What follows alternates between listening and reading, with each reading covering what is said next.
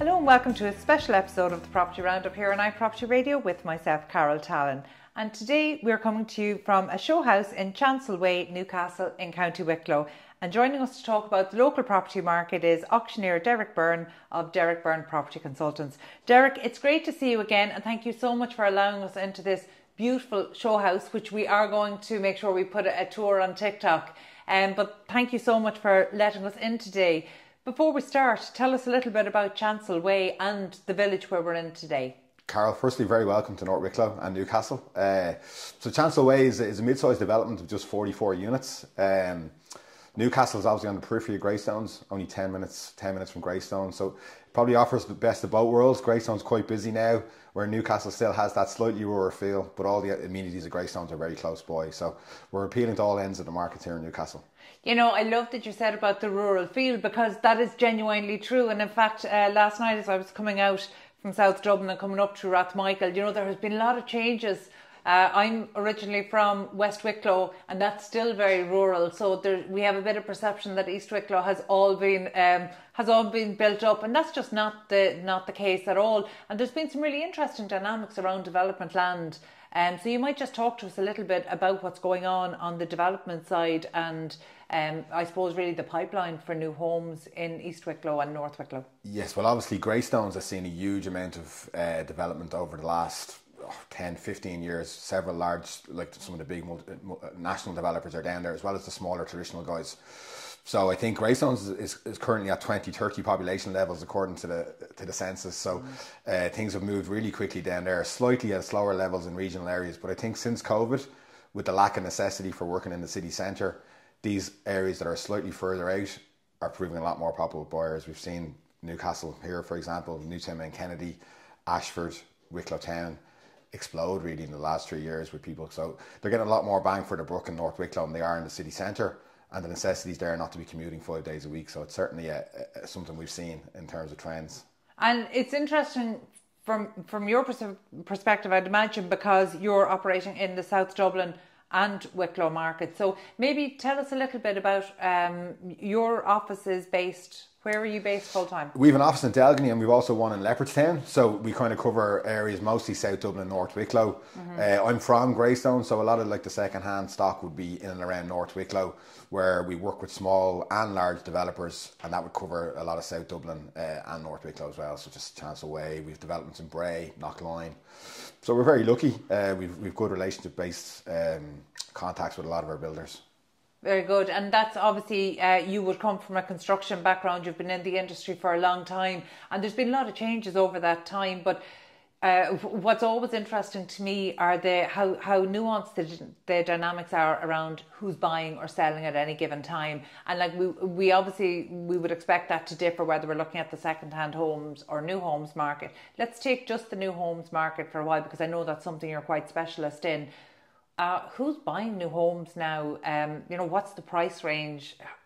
What's the profile? What's the typical buyer?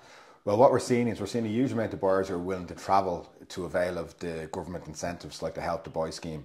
So, for example, in Chancel Way, the 3 beds were all kind of 500,000 or just below, depending on which phase they were in.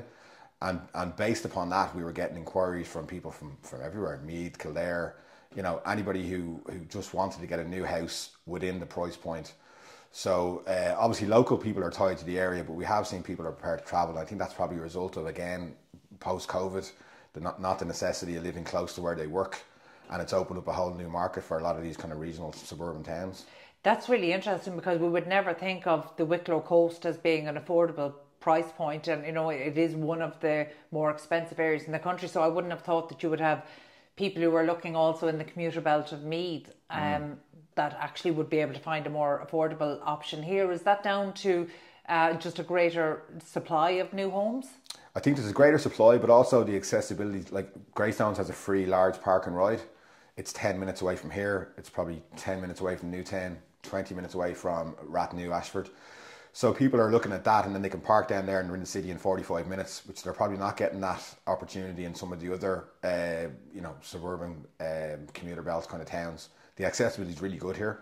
And then you've the amenities such as being close to the sea and all the sports and golf and everything that Wicklow has to offer. It is a particularly beautiful part of the country, of course, I would say that. But it is a beautiful part of the country. And over the last couple of months, I've thanks to daft.ie who sponsors the show, and they've enabled us to travel around the country, actually visiting agents up and down the country. We have a bias towards the West Coast. But it's really interesting to see some of the breakdown of buyers. So, for example, in Limerick and in County Galway, we've seen instances where you might have a split of maybe 50% Irish or Irish-born buyers and maybe 50% not, people who aren't native to the area. And it's interesting to see the drivers, what's bringing people to an area when they have a choice of where to live. And, obviously COVID would have had an impact there. But in terms of the buyers you're meeting, would they tend to be local? Would they tend to be Irish? What nationality? What kind of jobs are they working in? What age profile? Yeah, absolutely. So I suppose that the planning itself, Wicklow have a condition that 20% of development has to go to people working or from the county. So we would have had to adhere to that, but that wasn't a problem because we had a huge amount of local interest. There's probably been a lack of development in Newcastle in particular, so a lot of people moving back to where they've come from. It's always quite funny. I think young people spend a lot of time when they're younger trying to get away from where they were from, and then the next 20 years trying to get back. So that's certainly a typical thing where we've had a lot of people returning to the village now that they have young families. And we've also a lot of people who've just kind of moved to Ireland the last few years working in the tech company of different nationalities who are living here. Again, they're looking for somewhere safe for the children, not too busy, nice rural feel while still being in touching distance of the city. Has COVID had much of an impact? Because, we talk a lot about remote working. We know that for some companies, they haven't made a decision as to what their long-term policy is going to be, whether it's hybrid or remote or what the end result might be. And in fact, when I was speaking to an estate agent down in North Kerry, Tom McCarmody, he spoke about how some of the people he had sold or rented properties to, they were saying, they were using language like, oh, we've been called back to Dublin, or we've been told we have a year, and then the company will make a decision as to what their policy is. What has your experience been in terms of COVID? Has that been much of a driver on the area, or how is that impacting people? Yeah, I think it's quite similar. I think by coming to NorthWicko or other areas such as Kildare or Navan and Meath and places like that, you're hedging your bets. If you do get called back, you can deal with it. It's still doable. But at the minute, you're getting a lot more bang for your buck in terms of family home, settling down, and you can get something really nice and new. A lot of people are veering towards the A-rated houses, given the way utility costs have gone the last few years. Significant savings, and moving into something. I definitely see a two-tier market. So refurbishment costs and construction costs over the last few years have meant that people just don't have the appetite for a project. Most people who are buying or both people are working. So moving into something that they'd have to do over time isn't attractive. I think we're all a lot busier these days. So it's certainly turnkey is definitely more favourable in all ends of the market. You've touched on something important there. And, we talk about demand, and there's no doubt there's demand for housing almost right across the country. But I think Michael O'Flynn, the developer, puts it best when he distinguishes between demand and qualified demand. And that is different. And I think in areas that maybe were typically above average in terms of price point outside of Dublin, which this part of Wicklow would definitely fall into, you're looking at not just people who want to buy, but would their employment sustain a mortgage at the level at which new developments are coming to the market. So in terms of qualified demand, has that been an issue here in terms, are most of your home buyers mortgaged buyers? Oh, they would be, yeah. At this level, yeah, most of them would be mortgage buyers, yeah, absolutely. Young age profile, probably, 30 to 40. I think the average age of the first time buyer now, what we're seeing on the ground is probably 35. If we'd have went back 15, 20 years ago, probably 25. Yeah. So demand for, large scale apartment blocks, I think most agents would agree, is quite limited, where people now either have children or are planning to have children, or couples that are looking for that little bit of extra space, which is probably why you've seen the emergence of the PRS in the city centre schemes. The supply of what's been delivered in town mightn't meet necessarily the demand of the buyer, where these areas do meet the demand of the buyer. Just as you're talking about extra space, I had the opportunity to tour the house. Thank you for taking us through it today, and I will make sure that actually some of the footage does go on to TikTok. So definitely for anybody who's listening in or watching on YouTube, head over to TikTok and they'll be able to see a tour of the house and gardens. this house is really designed for additional space. This is definitely a house you could grow into. And it is deceptively large as well. So take us through just, I suppose, the design and layout of the house we're in at the moment, and then we can talk about some of the others on offer across the development. Yes, absolutely. So this was the phase 1 show house. This is a 4-bed semi-detached, just over 140 square metres, over 3 stories. Very well laid out. The developer himself here, the principal of the development company is from the area. So I feel they've gone the extra mile in terms of the finishes. Flooring was provided, full floor to ceiling tiling in the bathrooms. You can see the type of windows are sash style, smart fencing outside. Lots of little touches you wouldn't normally see in developments that we're getting here in Chancel Way. So I think by going the extra mile, they're certainly getting in the prices being achieved, but also it's providing quality to the buyers, which they can see on the viewings, which is why the sales have been so strong. Yeah, absolutely. So definitely a shout out to dwellings. The styling is beautiful, the design is great, but there are some really thoughtful details that I missed on first go round, and you pointed them out to me, you know, like some of the garden finishes, like some of the finishes as we're moving up through the home. And this house is, as you've mentioned, across 3 floors, and usually that means upstairs can be, I'm over 6 foot, so I'm very conscious of low ceilings or where there's if your upper floor isn't a full floor. That is absolutely not the case here. It is absolutely beautiful, stunning, airy, spacious. So the design has been really thoughtfully done. But I was really surprised that one door I opened just led to a storage room that in Dublin might be considered probably larger than a box room. Yeah. And that space is unallocated, just storage space. That's such a luxury for today's build. Absolutely. And I think there's something they're obviously aware of with the design team. All the floors are 9-foot ceilings throughout.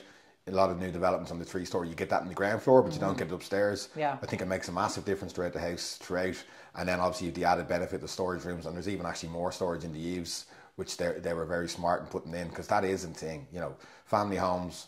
I know from being the father of 3 children, come Christmas and birthdays, you just can't get enough storage these days. So it's certainly a smart play from any developer, yeah. And the people you're meeting, I know you mentioned kind of an average age of 35. Do they tend to have children or be thinking or talking about children? Definitely, yeah. I think nearly 100% of the development here, bar one downsizer, was people with young families. Newcastle itself feels quite safe. You know, it's quite an affluent little place. Primary school in the village. Obviously, you're very close then to all the secondary schools close by, and you're right 5-10 minutes walk from the beach. So it ticks a lot of boxes from a family point of view. I think people are looking to get away from the busyness of some of the towns which are local, and that feeling of letting the kids out to play and not having to worry. And you're right in the heart of the village here. I was surprised when I arrived today. I knew it was in the village, but in the village usually means the outskirts of the village. You're right in the heart of the village today, which is absolutely beautiful. And we stopped into the lovely Castle Inn across the road on our way. And as always, sussing out about the development, how the locals feel about the development. And the chap behind the bar was very quick to tell me we already have a few locals established. And that's the start of community, isn't it? It's that sense of community. So there's so much, I suppose, to recommend this area for families. But I don't need to say this because you have put your money where your mouth is. It is not very often that we come to a show house, we meet the auctioneer, and then we find out that the auctioneer has bought a place and moved his family into the area. So tell us a little bit about that, if you will. Well, listen, it's probably a testament to the scheme. Having worked in development, I could always see where developers would try cut corners in terms of finishing, and I just didn't see any of that here. So it wasn't immediate apparent to us that we were going to live in Newcastle, but then we kind of made the decision, having seen the houses, that it was something that we would do.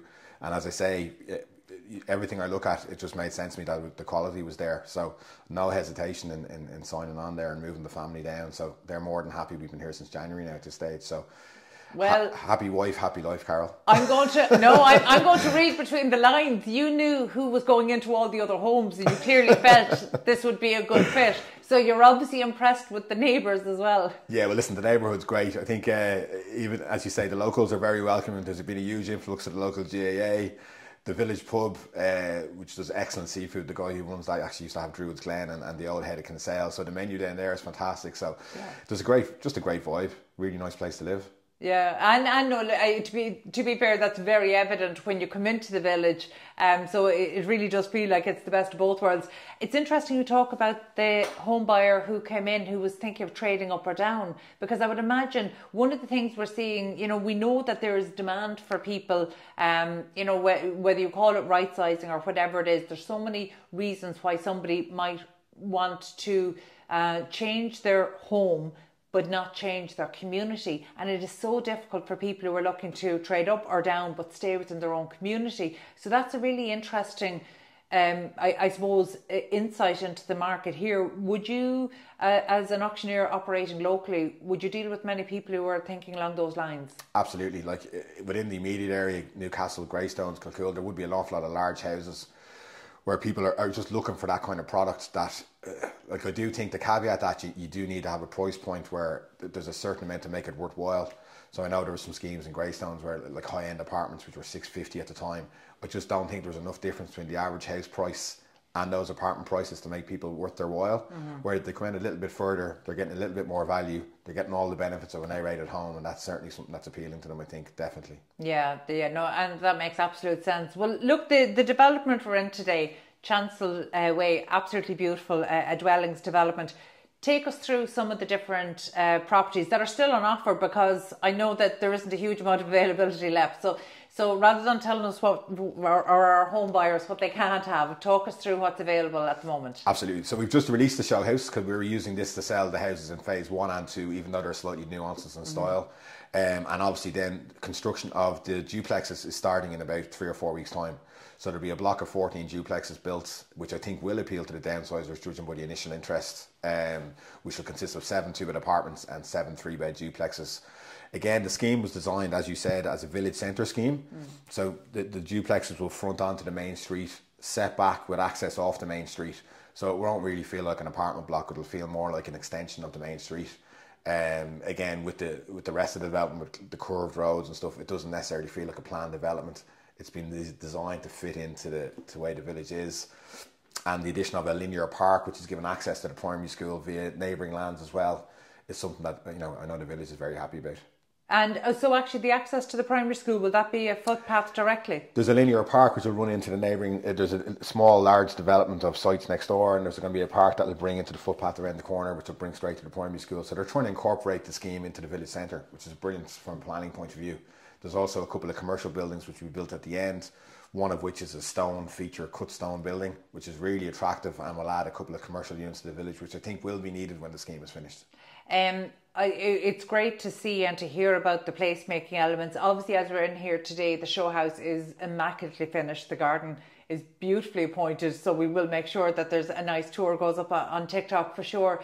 But the development itself, you can see that actually part of the construction is done, and then there's another part yet to be developed. So sometimes it can be difficult to imagine the placemaking elements, the green space, how they're incorporated. And, one of the things we've seen over the last decade is a move away from developments having, I suppose, exclusive use over their own green space, that you actually want to be part of the community. You want the community coming in and walking through. So the linear park, just explain to us maybe about the amenities that will support the community living here. Yeah, so I think the council, obviously, with the planning, looking at the planning application as they did before they started building, they were very conscious of a village centre scheme. They didn't want to be an estate in the village, which what you would have seen in the early 2000s. It didn't feel part of the village, where this is incorporated in. So the linear park is a crucial bridge between the village and the estate. And it's a nice manicured piece of ground which runs around the back of the pub and up to the corner of the road just in front of the primary school. So certainly something which, I know councils and planners sometimes get a little bit of stick in our industry, but when you look at this, I think they've done a really good job here in incorporating something which will feel part of the village and feel like it's here already longer than it is. What was on this site previously, do you know? Just agricultural. It was owned land being used as agricultural land, yeah. Yeah, because it's difficult to overstate just that this is very much the heart of the village. It's very much in the centre. And, you had talked about, we had started the interview by talking about maybe some of the dynamics of the development land around here, that we know that there has been some dezoning, which has attracted criticism from across the industry. But from a home buyer's perspective, it probably makes the area slightly more attractive, does it?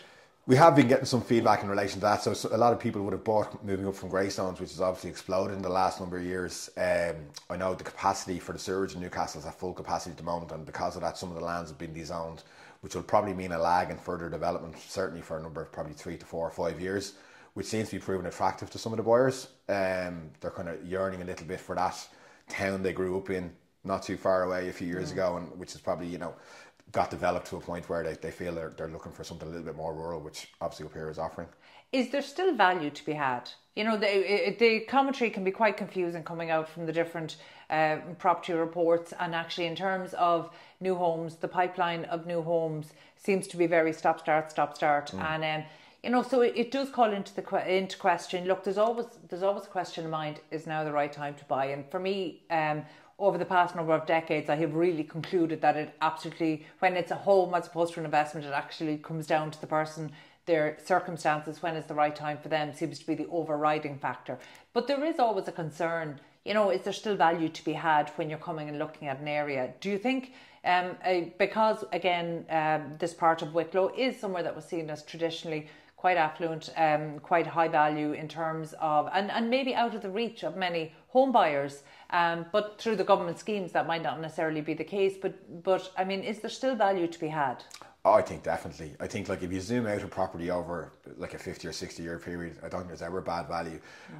I suppose there is a generation there who witnessed the cataclysmic events in 2008, which has scarred a lot of them. But I think the chances of that happening again over the next 10 or 20 years are probably limited. It was kind of a global event, where if you look at the property market, there's going to be bumps along the road. But as I say, if you take it over a 10-year period, it's certainly never a bad investment. In terms of the chances of capital appreciation in this area, I look at projects that are coming along. There's going to be a greenway between, I think, running along then Wicklow town, which is going to affect this area, which I think will definitely boost things. Yeah. They're talking to bring the Dart out to Kilcool and possibly even Newcastle and eventually Wicklow, by putting some lay-bys on the Dart track. So I think putting 2 tracks would probably prove impossible with the coastal line. But by putting in some pull-ins, they'll be able to increase the frequency of the darts and open up Kilcool and possibly Newcastle and then Wicklow. So I think looking 10, 20 years down the track, I think that's something that'll definitely happen. It's bound to happen. And this particular area will probably witness what happened to Greystones when the dart came in. It'll then just, grow over years. So I don't think you have much to worry about in terms of your money in this particular area. Very good. And then maybe just before we finish up today, you had mentioned there that there's a couple of commercial buildings as part of the scheme. What can you tell us about those? Yeah, so there's a beautiful stone cut building. I'll actually show you details in the CGIs, which is a variance of upstairs, first floor office, and then 2 retail units on the ground floor. Again, this is a feature building in the middle of the village, which will be at the entrance to the estate. In the region of 2,000 square foot over each floor, and it has a lovely archway in the middle of it and glass front around the bottom, so it's a really nice feature building. So they're hoping, I think, coffee shop for one of the units and then maybe a small retail for the other, but there's plenty of demand there for that already, even pre-construction. Very good. Okay, Derek, thank you so much for taking us on the tour. It's been fantastic to take a look around Chancel Way. The show house is genuinely spectacular, and there's some really understated but beautiful, very high quality finishes, which is lovely, and it's refreshing to see in a show house, because sometimes there can be a tendency to distract with shine, and actually the quality here is really what shines through, right down to the finishes of the garden. So I know that people who take the time to visit certainly won't be disappointed. You touched on price point, but I'm not sure if you went into it. So just for people listening here, so they know if this is something they can consider, take us through just the price points for the properties that are remaining. Absolutely. So the show home is available fully fitted, as you see. I think a TV and a toothbrush will probably be all you need here. This is available for $650. There's a 4-bed semi-unit available from $600. They'd be the only 2 units left currently in terms of housing. The duplexes, which will be starting in 6 weeks, we obviously have no confirmed pricing on that yet, but they will all hit all the price points for the help to buy and the shared equity on all the schemes, which will appeal to the first time buyer market definitely. Yeah, and look, I think again you touched on it earlier, but might also be suitable for people who are downsizing or looking to right size, because we know that maybe there have been considerations around that, and you probably know it yourself from actually the secondhand homes market. when you're meeting people, that there are people who may wish to trade up or down, but just not in a position because there isn't great availability. And I suppose before we finish up today, just for people who maybe sitting in existing homeowners, sitting in second-hand properties that might be curious about downsizing, but maybe not sure what the marketplace is like for their properties, just in terms of second-hand homes, what's the market like in this area? Market is excellent. Like I look at, say, Greystones and Delgany, which generally at this time of the year, which is traditional selling season, be carrying maybe 70 or 80 homes. There's probably only 20 or 30, so it's an excellent time to sell. In fairness to the developer here, Dwellings, they're a very forward-thinking company, so we've marketed the phases quite early in phase 1 and 2 to allow people in that position to be able to buy, give them an opportunity to sell their house, knowing that these units would be delivered a few months later. So it's kind of knowing your market, working with them and giving them the opportunity. It's obviously difficult with no bridging finance in Ireland, so that kind of downsizer market, most of them are older people, but it is a daunting process if you're to try to sell your house and you've nowhere to go. Yeah. So I think by taking on the stance of marketing them early, you're opening up that segment of the market in terms of buyers. So I think it's a really smart move. It is a smart move by the developers, and I think actually more than a smart move, it's something that will really be of benefit and help to potential buyers. And I think it's just one more example of maybe some of the very thoughtful touches, and you tend to see when you're dealing with a local home builder as well, there's a real power in that. So certainly we've been delighted to tour the property and the development, and indeed the village of Newcastle. It has been too long since I've been here, so thank you so much for taking us through that. That was Derek Byrne of Derek Byrne Property Consultants. And for anybody who is curious about Chancel Way, I recommend just going on to dbproperty.ie. That's Derek Byrne or dbproperty.ie. All the details are there, and on our iPropertyRadio TikTok we'll make sure we put a tour of not just this home but the development and maybe a quick run of the village. That's all we've time for today. My thanks as always to show sponsor daft.ie, Ireland's most visited property website, and of course to Derek Byrne of Derek Byrne Property Consultants for showing us around. Finally, my thanks to producer Katie Tallon and to the production team at Hear Me Roar Media. We'll catch you on the next episode of the Property Roundup here on iPropertyRadio.com.